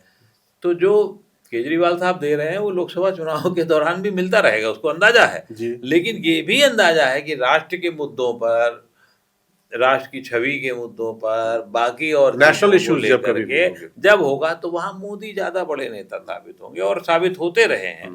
उसकी काट वैसे ही केजरीवाल भी नहीं कर पाए कि वो अपनी बात कैसे रख पाए। नेशनल पार्टी जरूर होगी, तो विधानसभा चुनाव में वो रिप्लिकेट नहीं कर पाते हैं, क्योंकि वोट बैंक उनका जो बन गया है, जो निचले वाला वोट बैंक। देखिए केजरीवाल फ्री में बहुत सारी चीजें उन्होंने बांटी, मैं बता तो रहा हूँ ना, ये फ्री में जो देने वाला जो वोट बैंक है, बिजली पानी वाला, देखिए और कोई चीज जितनी भी है, वो हमारे परसेप्शन की हैं। अगर आप बात करेंगे स्कूल की, जी अगर आप बात करेंगे हॉस्पिटल की, तो हॉस्पिटल में तो उतनी बड़ी बात नहीं, मतलब स्कूल तो है। व्यक्तिगत स्कूल एक ऐसा है सरकारी स्कूलों को, और ये सचमुच अगर एक मॉडल बना है तो इसको अन्य राज्यों को भी फॉलो करना चाहिए। किया भी है कुछ राज्यों, उत्तर प्रदेश में हर डिस्ट्रिक्ट में 5-6 ऐसे आदर्श स्कूल हो गए, जी तो वो एक बड़ी बात हो रही है। और अगर ये अवेयरनेस सब जगह बढ़ जाती है, नॉर्थ ईस्ट में हो गई है ये, असम में हो गई है स्कूलों को लेकर के, उसकी चर्चा बहुत ज्यादा नहीं होती है, लेकिन यही बड़े राज्यों में नहीं हो पाती है, बड़े राज्यों में नहीं हो पाती है। तो वो वहां आकर के मॉडल फेल होता। भारतीय जनता पार्टी के बड़े नेता जिनसे मेरी जब भी मौका मिलता बात होती है, तो उनका भी मानना है कि बहुत मुश्किल है वहाँ। दूसरा, दिल्ली में स्टेट बीजेपी की लीडरशिप में एक बड़ा नाम जिसको अचानक उभर के सामने आए, वो मुश्किल एक काम हो रहा है। वो आपको बहुत लगता है बांसुरी स्वराज को बीजेपी प्रोजेक्ट करेगी आगे? नहीं, अभी तो अब बच्चे। अगर मैं एक शब्द इस्तेमाल करूं कि वो, मैं चलिए वही इस्तेमाल करता हूं कि युवा है, बच्ची मैं कहना चाहता था, राजनीति में तो बच्ची ही है वो अभी, ठीक है, एक नाम की वजह से वो सांसद मदर, बन मैं गई इसलिए हैं। पूछा क्योंकि मदर की लेगेसी है। नहीं नहीं संभव वो उस तरीके से अभी, वो राजनीति की जो चालाकियां होती हैं, जो शूडनेस होती है, सामने कौन है उसके बराबर का तो शूडनेस आदमी चाहिए ना। मुकाबला करना। राजनीति में सामने मुकाबला कौन है कर रहा है, ये वैसा आदमी आपको चाहिए। तो बांसुरी स्वराज के बेसिक नेचर में वो नहीं है, जो शायद दिल्ली ऐसी जगह में बहुत मुश्किल चीज है। दिल्ली में मैं अगर नामों की चर्चा आप करना, जैसे प्रवेश शर्मा है, तेज आदमी हो सकते हैं, लेकिन वही है कि वो एक खेमे में बढ़ जाते हैं, जी और लोग भी हैं वो बहुत सारे खेमे में बढ़ जाते हैं। तो इसलिए यहाँ एक दौर में जैसे था किरण बेदी को वाला, जी तो किरण बेदी का एक था डंडे इमेज थी। वाला, जी तेजी बिल्कुल। से काम करने वाली, लेकिन क्योंकि वो पॉलिटिकल फ्लेक्सिबिलिटी किरण बेदी में नहीं थी, इसलिए फेल हो गई। हर्षवर्धन बहुत सॉफ्ट आदमी रहे, तो वो जो उनको मैसेज ये हर्षवर्धन काम करा सकते हैं वाली नहीं है। अरविंद केजरीवाल में क्या है, जो उनकी इच्छाएं वो आप हम सब जानते हैं, वो एक किसी महिला से भी गले मिल सकते हैं, पॉलिटिकल जो उनकी समझ है वो भी गजब की है। जो आदमी पहले से सोच के चल रहा हो, आंदोलन हो, आंदोलन के बाद होगा, पार्टी बनेगी नहीं बनेगी, बन गई, फिर उसके बाद कैसे करना, फिर कितने साथी आए गए, उनका झंडा तो बुलंद ही रहा है।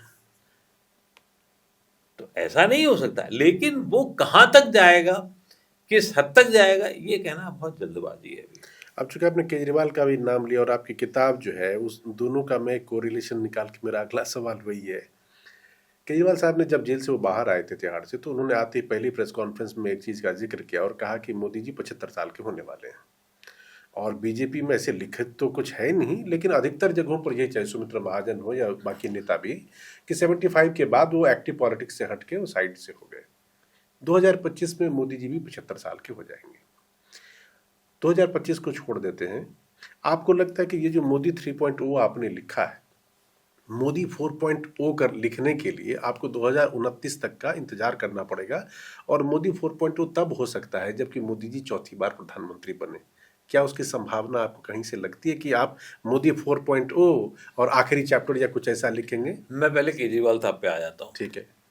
केजरीवाल साहब के साथ सबसे अच्छी चीज़ है कि वो राजनीति में समय के हिसाब से चीज़ों को डाइवर्ट करना चाहते हैं। जिस समय उन्होंने ये 75 वाला मुद्दा उठाया, तो 3 दिन तक तो भारतीय जनता पार्टी उछलती कूदती रही, नहीं नहीं नहीं, ऐसा कुछ नहीं है, हमारे यहाँ ऐसा कुछ नहीं है, हम तो ये सब नहीं है, मोदी जी हमारे सर्वमान अमित नेता शाह को हैं, उत्तराधिकारी और बनाने की हम बात तो वही थी। है, और कोई ऐसा नहीं है। अभी तो किसी और नाम की चर्चा नहीं हो सकती, ना ही कोई नाम नहीं है। 3 दिन तो गए ना, okay. केजरीवाल अपनी बात में रहने में सफल, बिल्कुल। उन्होंने तो एक बयान दिया और किनारे हो गए। Attention आ भारतीय गया। जनता पार्टी तो 3 दिन तक चलती रही थी उस जी। पे। तो इसलिए वो दूसरा, नरेंद्र मोदी नाम के जो सज्जन है, वो दूसरे के लिए 75 साल वाली स्थितियां हो सकती हैं, लेकिन उनकी सेहत अभी भी उनसे कह दिया जाए कि आपको 10 किलोमीटर चलना है, तो मेरे ख्याल से अगर कोई फिजिकली फिटनेस की तो बात नहीं, तो सुपर फिट है। तो सुपर फिट है ना। जी बिल्कुल। खिचड़ी खा के आदमी इतनी बढ़िया सुपर फिट हो सकता है, तो आप वो देखिए, उसकी विल पावर आदमी की देखिए। तो उनकी एज को लेकर मुझे नहीं लगता कि एज से रिलेटेड कोई काम को लेकर सवाल उठाए जाने चाहिए। मतलब अगर यह घोषित तौर जब पे तक आप कह रहे हैं कि अगर घोषित तौर पे ये भी हो कि 75 साल के बाद आप एक्टिव पॉलिटिक्स छोड़ नहीं, दीजिए। मैं चार आराम से लिखी जा सकती है। मैं अब ये बता दूं, जी। मैं इसको इस तरीके से कहता हूँ, 4 मोदी 4.0 4 जो है आराम से लिखी जा सकती है, आराम से। इसका मतलब वो किस 80 79 के उनकी उम्र तक जी। कोई वो नहीं है। इस देश में 84-85 साल तक के भी प्रधानमंत्री हुए जी हैं, बिल्कुल। तो ऐसा कुछ नहीं होने। और वो नरसिम्हा राव साहब का ले लीजिए, जी पूरी बिल्कुल। दुकान बढ़ा करके ट्रक व्रक चला हाँ, गया चले था, और वापस चले अचानक गए जब थे। वापसी आई तो चेहरे पे लाली भी हो गई। तो सत्ता और उसकी जो मेल होता है पद का, वो बहुत बड़ा होता है। और इनके लिए तो ये, जैसे मैंने पहले इसमें लिखा भी है, संजीवनी, सत्ता संजीवनी का है। काम। सत्ता संजीवनी से ज्यादा अपने में विश्वास है। जेगो जी, चलिए हम चाहेंगे कि आपकी किताब 3.0 के बाद 4.0 भी है, बीच में आप चाहें तो 3.5 भी लिख सकते हैं। ये तो मजाक की बातें हैं कि 3.5 3.0, लेकिन इसमें कई चीजें किताब में बहुत महत्वपूर्ण इसलिए भी हैं। जी। बहुत, आप कोई कह सकता है कि इसमें ये क्यों नहीं लिखा। मैंने इसमें अखिलेश यादव के पर भी सवाल किया है कि कहीं ये इसमें आपने सिर्फ सोशल मीडिया के रोल का भी बहुत हाँ, महती से तो जिक्र किया वो है। बहुत जरूर, सोशल मीडिया का रोल किस तरीके से बनता है। जैसे अम्बेडकर वाला सवाल था, ये बड़ा अभी चलेगा, जी बिल्कुल। और खास तौर से विपक्ष इसे चलाए रखना चाहेगा।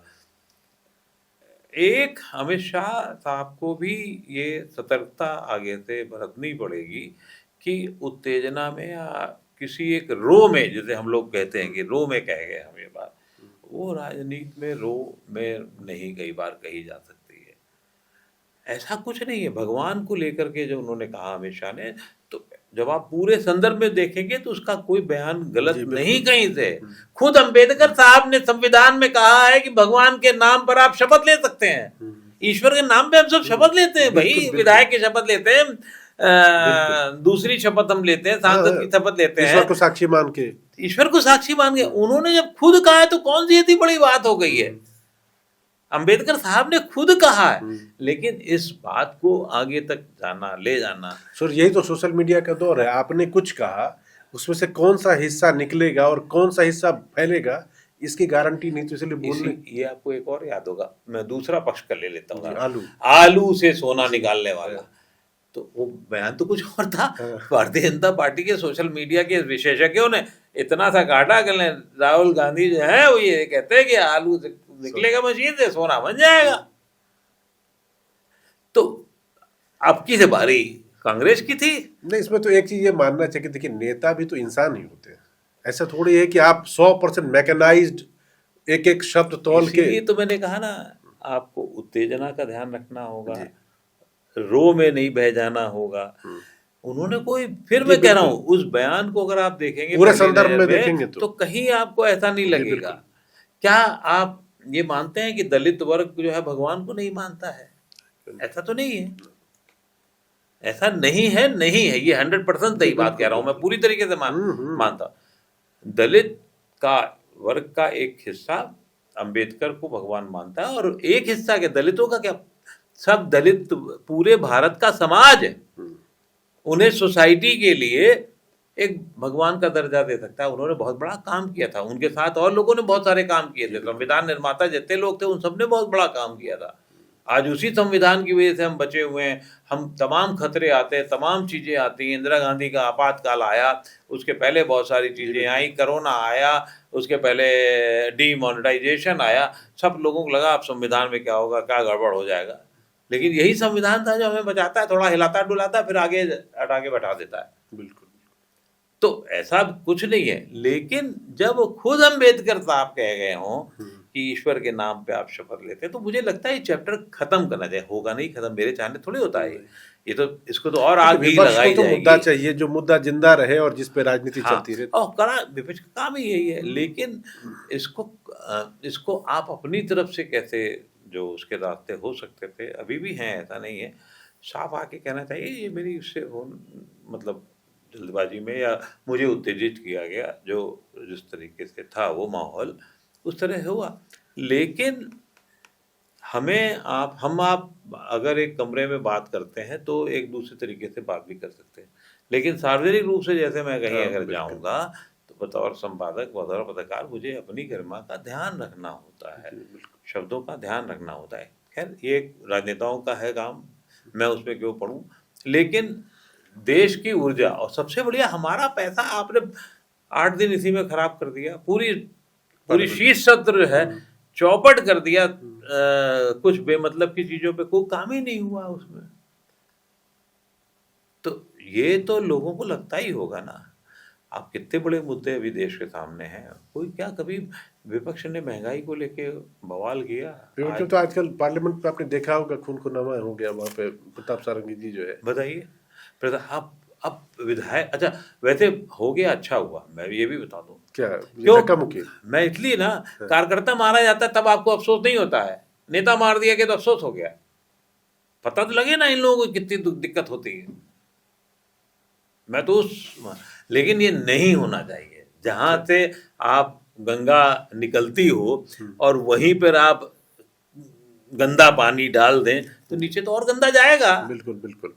संसद के परिसर में ये हो रहा हो तो वहां से गंदगी और जाएगी तो नीचे और नहीं, गंदगी लेकिन जाएगी। ये तो एक दूसरा रिफ्लेक्शन भी है। दूसरा रिफ्लेक्शन मैं ये बोलूंगा कि आप नेता अलग अलग पार्टी, अलग अलग विचारधारा के हो सकते हैं, आप दूसरे संस्थान से हो, दूसरे ऑर्गेनाइजेशन से हो, अलग चीज है। लेकिन सामने होने के बाद इतनी ज्यादा एक्रिमनी है, इतनी ज्यादा नफरत कैसे हो सकती है? नहीं होती, होती कहाँ है। आज से 10 दिन पहले नरेंद्र मोदी, खड़गे साहब ये ऐसे खिलखिला के हंस रहे थे कि जैसे लगता है बचपन के दोस्त हैं, खोए हुए यार हैं जो गले मिल गए तो हुए फिर हैं। ऐसे धक्का मुक्की कैसे हो गई? यही है, ये कुछ बेवकूफ़ी जो उनको लगता है, लोगों को, नेताओं को, कि यार बस जल्दी से कुछ और पकड़ लो, कुछ है धक्का दे के घुस जाओ, मार दो, कर दो। ऐसा थोड़ी होता है, ऐसा नहीं होता राजनीति में। राजनीति में आपको एक स्तर के बाद तो तमीज से रहना सीखना भी चाहिए। आप ठीक है, सांकेतिक रूप से आप नीला कपड़ा पहने, पीला कपड़ा पहने, और कैसे भी कर लें, लेकिन आप अपना अपना गर्म खून दिखाना हर जगह नहीं जरूरत होता और राजनीति में नहीं दिखाया जाता। अगू जी, बात आज आपकी किताब की हो रही है, मोदी 3.2 और आगे पटरी पर साख। किताब प्रभात प्रकाशन ने छापी है और प्रभात प्रकाशन को तो लोग वैसे जानते ही हैं, लेकिन मुझे आपके नाम के साथ जो है ना कुछ क्वेरी थी। मैं कई दिन से पूछना चाह रहा था, मुझे लगा तो माफीनामे के साथ मैं पूछूंगा। ये नाम जो है अकू, ये नाम बड़ा यूनिक है, मुझे दूसरा कोई इस नाम वाला मिला नहीं। ऐसे लगता है कि इस नाम में बहुत सारे रहस्य समेटे हुए हैं। रहस्य नहीं है, ये मेरे माँ बाप ने जो नाम दिया था वो अवधेश था नाम। आपका असली नाम अवधेश है? अवधेश नाम है मेरा जी। और मतलब कागजों में नाम भी वही अवधेश है। अच्छा, पेपर पे अभी भी? पेपर जो भी पासपोर्ट नहीं, पासपोर्ट में है, लेकिन बैंक में उसके एक अपना अलग जी। फॉर्मेलिटी होती है, तो वो सब अखबार में नाम वाम दे करके ठीक किया कि मेरा नाम ये भी है। ठीक है। लेकिन उसकी कहानी जो है वो ये थी कि 16-17 साल की उम्र में लिखने पढ़ने लग गए और लिखने पढ़ने के साथ साथ लगा कि यार अवधेश नाम से तो कोई बहुत जल्दी पहचान नहीं होगी। उन्हीं दिनों एक और सज्जन कुछ इसी नाम से मिलते जुलते लिखते थे। अच्छा। तो मैंने कहा लगता है ये तो इसके नाम पे चला जाएगा, क्या होगा। फिर हुआ कि अवधेश राही बन गए, थोड़ी बहुत कविताओं में जब हुआ तो राही अवधेश राही नाम से हाँ, लिखते हाँ, थे आप? अच्छा। थोड़ा बहुत ज़्यादा नहीं। अच्छा। उस समय व्यंग्य के एक बहुत बड़े लेखक हुआ करते थे जिनको पद्मश्री मिली है, आदरणीय केपी सक्सेना जी। अच्छा, लखनऊ। तो केपी सक्सेना साहब जो थे वो रेलवे में काम करते थे। वो सुबह 8 बजे जाते थे, 5 बजे 4 बजे आते थे, हाथ मुंह धोया और फिर उसके बाद वो तमाम मैगजीन के लिए कॉलम लिखा करते थे। तो मैं उनके पास अक्सर जाया करता था। तो फिर मैंने उनसे जब एक आध वो अपना लिखे बैठ गए, फिर उसके बाद मेरी जब बातचीत हुई उनसे तो मैंने कहा नाम को लेके क्या करें, मजा नहीं आ रहा था। हाँ। तो कहले क्या समझ नहीं आ रहा है? अरे हमने कहा समझ नहीं आ रहा है, क्या लिखें? तो बहुत आसानी से कहा एक ही श्रीवास्तव रख लो। अच्छा। मैंने कहा क्यों रख लूँ? केपी सक्सेना इसलिए आप रख लूँ? तो बोले आपके नाम, उनके नाम को लेके मैंने चुटकुला धर्मियों में लिखा था। अच्छा, क्या लिखा? तो वो था ये कि लोगों ने उनकी सफलता से प्रेरित होकर पूछा कि इस नाम का राज्य क्या है? कहने मेरा नाम कहले क्या नाम है? तो बोले कृपा पात्र सक्सेना, जबकि उनका नाम कृपा पात्र नहीं था, अच्छा। वो एक कालिका प्रसाद था नाम उनका। जी। तो उन्होंने केबी सक्सेना कर लिया। तो फिर मैंने कहा नहीं, मैं केबी नहीं करूँगा। क्या करोगे? तो उस समय महाराष्ट्र में बड़ा नाम चर्चित था, आज भी वहाँ प्रथा चलती है उम, संक्षिप्तीकरण की। शूला देशपांडे, फूला देशपांडे हुआ करते, शेरा यात्री कहानीकार हुआ करते थे। तो मैंने कहा हिंदी कर लेते हैं, अक्कू श्रीवास्तव कर लेते हैं। अवधेश कुमार श्रीवास्तव जो शॉर्ट में अक्कू हो गया। अक्कू हो गया। और अब आलम ये हो गया धीरे-धीरे कि मुझे नहीं लगता कि मुझे 2% लोग भी पूरा मेरा जी नहीं, नाम आप कहेंगे कि मैं अवधेश नहीं कुमार जानता श्रीवास्तव हूँ। नहीं जानते हूँ। नेता, अभिनेता जो भी मुझे सब अक्कू जानता जी। है, वो सब इसी नाम से जानता है। और पासपोर्ट वगैरह का जब झंझट आया, ये हुआ, तो फिर एक बाकायदा कोर्ट से वो सब किया गया। और उसमें क्योंकि उस नाम का अकाउंट जब करते थे तो कहीं ना कहीं पैसा भी कुछ आता था इस नाम से, तो कहाँ जाएगा। तो शुरुआत में तो बैंक में तो चल जाता था, वो तो अक्कू अवधेश में आप डाल दीजिए। आज से 20 साल पहले कोई बहुत ज़्यादा वो नहीं होता था, जो आप चेक देते थे वो आप बता देते थे उस नाम पे बढ़िया। जब ये सब केवीसी और ये सब हुआ है, केवाईसी वगैरह। केवाईसी वगैरह वाला मामला हुआ, तो थोड़ा सा फिर वो उसमें लिख करके बैंक में करना पड़ा। और एलियस अब जाता है, तो वो हो गया। अच्छा। ईश्वर की कृपा है, और माँ बाप ने जो नाम दिया उसी का है वो, लेकिन शॉर्ट है। उसका संक्षिप्तीकरण हो गया बस, और लेकिन कुछ नहीं। संक्षिप्त में आपका नाम विस्तार हो गया ना। हाँ, वो विस्तार है। और ये सवाल अक्सर व्यक्तिगत तौर पे, आप सामूहिक तौर पे पहली बार आप पूछ रहे हैं, लेकिन व्यक्तिगत मतलब एक सार्वजनिक मंच पे आप पहली बार पूछे, लेकिन व्यक्तिगत तौर पे कई लोगों ने जानने के, और ठीक ठाक लोगों ने बड़ा सकुचाह होकर जैसे पूछते थे। तो फिर जब नहीं, है तो मैं है। मेरे सामने जब पहली बार नाम आया तो मैं थोड़ा रुका यार, क्योंकि इस नाम का दूसरा तो कभी कोई मिला नहीं नहीं। है, नहीं है। और आप किसी का मेन नेम एब्रिविएशन सोच भी नहीं सकते कि हाँ, उस नाम के पीछे ये कहानी होगी। लेकिन मैं कहना सुनना अक्कू जी लोग करके नहीं, बात वही करते उसी हैं, नाम से वही आप सब हो अवधेश रहा कहेंगे होता तो है। आपको मुझे नहीं लगता नहीं, कि लोग कोई भी नहीं बात करता, कोई नहीं करता। कोई मुझे श्रीवास्तव जी नहीं कहता ना, है। अक्कू जी। हाँ, अक्कू कह देगा, आकू कह देगा, बस इतना अंतर होता है, उससे ज्यादा कुछ नहीं होता है। एक ही और बताइए, आप लखनऊ के रहने वाले हम बोलते हैं। मूल रूप से लखनऊ का रहने वाला हूँ। अच्छा, तो लखनवी मिजाज जो है वो आपके लेखनी में कभी मतलब झलकता है, या आप इतना ही ज्यादा साफ गोई से लिखने वाले? नहीं, लखनवी नज़ाकत जो है वो एक व्यक्तिगत व्यवहार में तो हो जाती है, जी बिल्कुल। लेकिन वहाँ पे भी वो लखनवी नज़ाकत व्यक्तिगत, जब बिल्कुल ज़्यादा व्यक्तिगत हो जाता है तो फिर नज़ाकत थोड़ी होती है, फिर तो दोस्ताना हो जाता है। तो वो है मैं सबके साथ एक प्रेम भाव में। इसका एक बड़ा अच्छा किस्सा है। इंद्र कुमार गुजराल साहब प्रधानमंत्री थे, जी। और मैं तब जालंधर में अमर उजाला का एडिटर हुआ करता था। तो एक बार एक कहीं तो आप बैठक पंजाबी हुई। भी आप बोल लेते हैं? हाँ, मतलब भर के बोल लेता हूँ। अच्छा। पंजाबी बोलना सबसे आसान काम है, हम्म। तो लिखना भी ठीक है, वो भी कर लेता हूँ थोड़ा अच्छा, बहुत, गुरमुखी। मतलब भर का। हाँ, अच्छा। तो मैं और एक उस समय कामना अग्रवाल एक मैडम हुआ करती थी, एंटरप्रेन्योर थी, वो 2-3 लोग और बैठे हुए थे। तो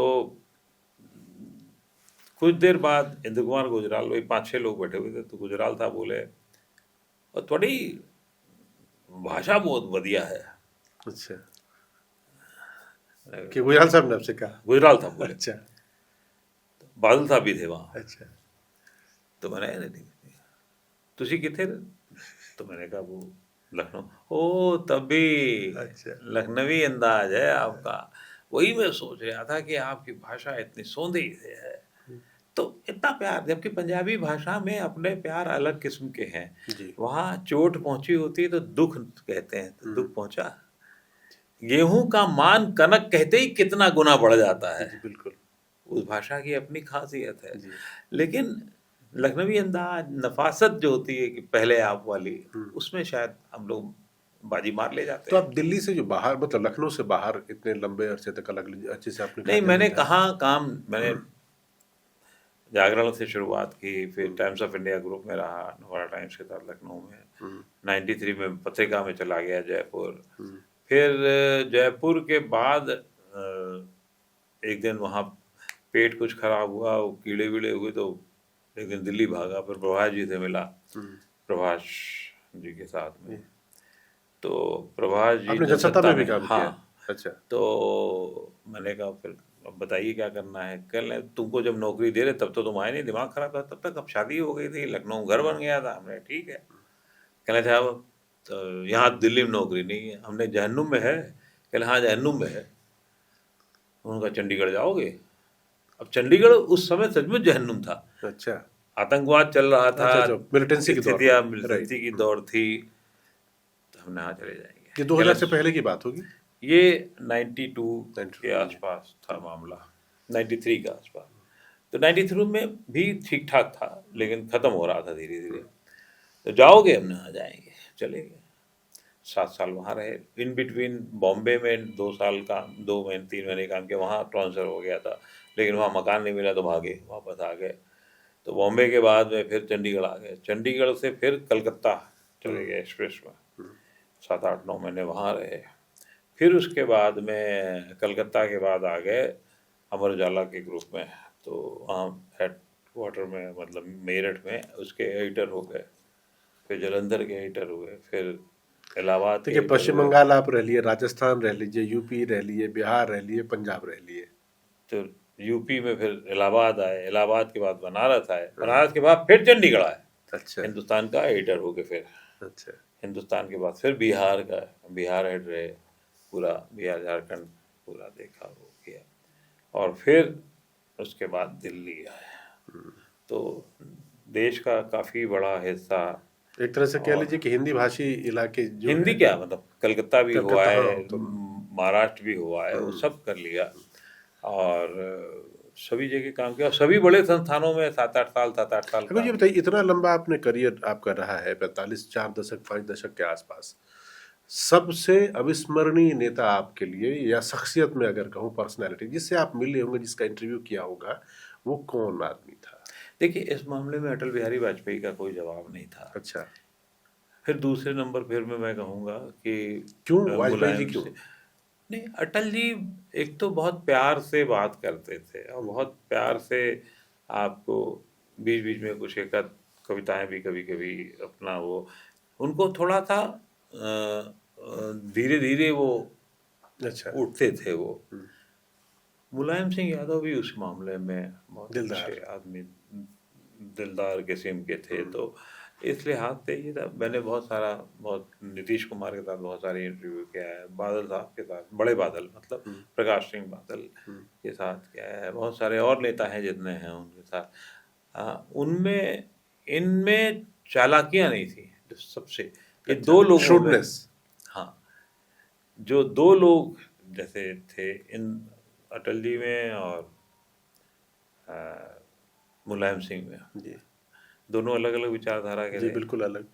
लेकिन इनमें चालाकियां बिल्कुल नहीं थी। अच्छा, बाद में जिन नेताओं का नाम मैं नहीं लेना चाहता हूँ, या कहेंगे तो आप ले भी लूँगा, लेकिन उनमें चालाकियां भी बहुत होती हैं, अपनी बात है, और वो जरा जरा सी बात पे गुस्सा होते हैं।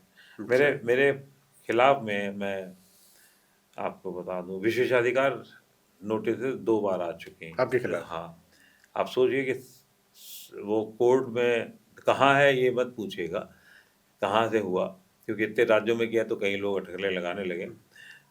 तो बाकायदा विशेषाधिकार नोटिस आई, उसमें परेशानियां हुई, उसमें एक उस छोटे से नेता जिसको, जो खुद आता था पहले मेरे पास प्रेस नोट ले करके और वो करके, वो कहता है कि खबर पढ़िए जरा पहले आप, उसकी तमीज़ इतनी नहीं होती, बदतमीज़ बात करते हैं वो। अच्छा, वो एक खराब दौर था उसका। या कई नेता, अब जब बतौर संपादक हम हैं, तो वो अखबार के लिए अहित करने की कोशिश करते थे, दबाव डालने की कोशिश करते थे। तो उस वजह से तो एक किताब मुझे शेल्फ करनी पड़ी, जो रीजनल पत्रकारिता पर और रीजनल जो उनके लोकतंत्र को लेकर के किताब शेल्फ करनी पड़ेगी। नेता वहाँ को सहयोग करने को राजी नहीं था, और होता तो मैं ज़्यादा एक्सपोज होना नहीं चाहता। आप देखिए, आप चूंकि बहुत सारे, मतलब पटना आप रहे, आपने कहा चंडीगढ़, जयपुर, कोलकाता, इन सब जगहों पर जब संपादक काम करता, मैं दिल्ली से इतर स्टेट के हेड के तौर पे बात कर रहा हूँ, आप अखबार में खबरें छापते, रोज आप सरकार के पक्ष की खबर नहीं, कुछ प्रोटेस्ट हो रहा है, कोई मर गया, आप सरकार के अगेंस्ट ही खबरें जाती हैं, और वो काम है हमारा, हम उस खबर को पब्लिश करते हैं। आपको कभी हुआ कि अखबार में कोई खबर छपी और अगले दिन मुख्यमंत्री का फोन आया कि भाई ये क्या छाप दिया है? ये एक बार नहीं हुआ। अच्छा, दसियों उदाहरण होंगे मेरे पास में। मुख्यमंत्री का सीधे फोन आपके? मुख्यमंत्री का सीधे। अच्छा, कभी ये भी कहा कि देख लेंगे तुमको? नहीं, वो अदा से लग जाता था। अच्छा, अदा वही थी। अदा से ज्यादा। एक उदाहरण देता हूँ। हम्म, मैं एक दिन, मेरी आदत है वॉक करना, घूमना फिरना, हम्म, तो सुबह टहलने चला गया था। मोबाइल आ चुके थे तब के दौर में, हम्म, और वॉक कर रहा था तभी मोबाइल बजा, सीएम रेजिडेंस, सीएम रेजिडेंस। मैंने कहा साला आज कौन सी खबर ऐसी है जो मैंने फ़ोन नहीं उठाया। घर गया, अखबार पलटा, तब भी मुझे समझ नहीं आया कौन सी खबर। अच्छा, उसके बाद मैंने फ़ोन मिलाया, कह हाँ फ़ोन किया गया था, मैं बात कराओ। बात मैंने, आप कहाँ थे अब सब आप, पादक उस वक्त? अब उसी से अंदाजा लग जाएगा भाई। अच्छा, मैंने प्रणाम करा। अब आप सोच सकते हैं प्रणाम कहाँ होता है। प्रणाम बिहार में होता है। तो मैंने प्रणाम प्रणाम, क्या प्रणाम प्रणाम कर रहे हैं? अरे हमने हुआ क्या भाई ये तो बता दीजिए। अच्छा, मेरी एक आदत खराब है, अगर आप ठीक से नहीं बात करेंगे तो मैं भी बहुत ज्यादा मान देने की स्थिति में नहीं रहता हूँ। मैंने, हुआ क्या है आपको, ऐसी क्या बात है? अरे आपने 4 कलम की पेज 1 पे फोटो छाप दी है। हमने फोटो छाप दी? कौन सी फोटो छाप दी 4 कलम? अरे हाँ, हमने कहा टीचर्स की फोटो छपी तो है उसमें। कहा इतनी बढ़िया। अब मैंने उनका नाम लिया, मैंने, इतनी बढ़िया फोटो छपी हुई है, 4 कॉलम में फोटो छपी हुई है, एक ताला लगा हुआ बड़ा था, उसके पीछे 20,000 टीचर्स हैं। हम इतनी बढ़िया फोटो, आपको तो उसको अप्रिशिएट करना चाहिए, इतनी बढ़िया फोटो तुमने छापी है। कहले आपको पता नहीं है। अब उन्होंने गाली का संबोधन किया। अच्छा, कहले आपको तो बहुत प्रोफेशनल बात करते हैं ना, प्रोफेशनल। हम उस समय प्रोफेशनल ज़्यादा बात किया करते थे अच्छा, कि हम लोग प्रोफेशनल जर्नलिस्ट हैं, क्योंकि वहाँ वो उस तरीके का प्रोफेशनल जर्नलिज्म बिल्कुल। का हिसाब किताब नहीं था। आपको तो प्रोफेशनल चला रहता है, ये फोटो आपने छाप दी है। तो हमने कहा फोटो तो ऐसी छपेगी नहीं, तो हम कल से फिर भेज दिया करेंगे आपके पास, आप बताइए कौन सी छाप दें कौन सी ना छाप दें। तो और वो तेजी से, आप ऐसी बात कर रहे हैं। मैंने कहा ये क्या कहूँ आपको, इतनी बढ़िया फोटो, वो भी नहीं छापेंगे तो अखबार काहे के लिए छाप रहे हैं हम बैठ करके। तो फिर उन्होंने जो कहा शब्द, आपको तो पता नहीं क्या होगा हमारा डॉट डॉट डॉट, कि ये टीचर्स तो ये कर देंगे हमारे। अरे हमने कहा आप कैसी बात कर रहे हैं, किस तरह से? कहले आपको समझ आ, देख लेंगे। काट। 2 दिन के बाद से साहब ऐड बंद कर दिया गया पूरे अखबार का। अच्छा, संस्थान बड़ा था तो भाई थोड़े दिन झेला गया, किया गया। आप तो हिंदुस्तान में थे मेरे हाँ, ख्याल से। हिंदुस्तान में थे और झेला गया। फिर बाद में किसी तरीके, किसी नेता के थ्रू, किसी के उसके थ्रू कुछ कह सुना। ये तो जिस दौर की आप कहानी सुना रहे, उस दौर में नीतीश कुमार बिहार के चीफ मिनिस्टर हुआ करते थे। अब नीतीश जी थे तो ठीक है, थे उसमें बताइए, आपका आपने नाम बेशक नहीं लिया, लेकिन ये संवाद उन्हीं के साथ था। इतने अंदाज उन्हीं के हो सकते हैं। और वो उतना ही प्यार भी करते थे अपना। शाम को हम लोग कई बार भुजिया लेके बैठ के खाते थे। तो ये तो आपने जो जिक्र की और आपने जो चर्चा, जो किस्से बताए नीतीश कुमार जी का, बिहार में लालू प्रसाद यादव का राज भी आपने देखा होगा। नहीं, नीतीश जी का तो फिर नीतीश जी के साथ में जैसा कि हुआ, फिर कहलाया सुनाया गया, फिर मान भी गया। उनके साथ बहुत अच्छे संबंध भी रहे, बहुत अच्छे से उन्होंने वो किया, लेकिन वो छोटी छोटी चीज़ों में उत्तेजना उनके भाव में थी और वो गुस्सा हो जाते थे। बट ठीक है, थोड़े बहुत बाल उड़ गए उस जमाने में, फिर अब तो खत्म ही कर दिया हमने, बाल का झंझट ही नहीं रखा। और लालू प्रसाद यादव कैसे नेता थे? लालू जी बड़े नेता थे।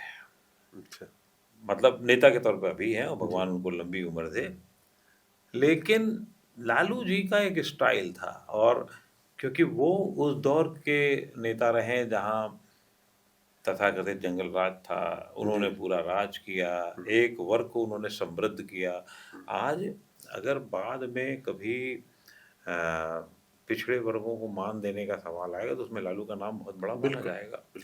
और ख़ास तौर से यादव समाज को उन्होंने जिस पेडिस्टल पे ला दिया, बिल्कुल वो अपने आप में उन्हीं की देन है, इसमें कोई दो राय नहीं। 91 के बाद के जो 4-5 साल का टाइम था, 91 से 2000 कह लीजिए। नहीं 2000 जो 12-15 साल उन्होंने जो किया, उन्होंने वो उनका राज था और पूरा उन्होंने उस समाज को बड़ा किया। लेकिन व्यक्तिगत रूप से मैं बताऊं आपको, लालू जी बहुत माय डियर। वो कई बार वो गुस्सा भी होते थे। एक बार क्या हुआ कि उन्होंने रामकृपाल सिंह जो बाद में सांसद बन गए, उनके जी। शिष्य हुआ करते थे, रामकृपाल सिंह ने फोन किया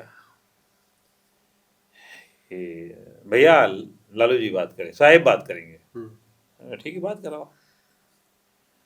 तो होल्ड किए रहे, तब तक पीछे से गालियां कुछ आ रही थी। 1 मिनट तक तो हमने आगू शुरुआत ने गाली सुनी, फिर हमने फोन काट दिया। दोबारा फिर फोन आया, भैया वो लालू जी बात, साहेब बात करेंगे। हमने, तुम बेवकूफ समझते हो क्या? फिर मैंने रामकृपाल को डांटा, मैंने बेवकूफ समझते हो क्या, तो मतलब गाली सुनाने के लिए बैठाया हुआ है? नहीं नहीं, आपसे थोड़ी कह रहे थे, तो आपका। अरे हमने कहा तो हमको ना समझाओ।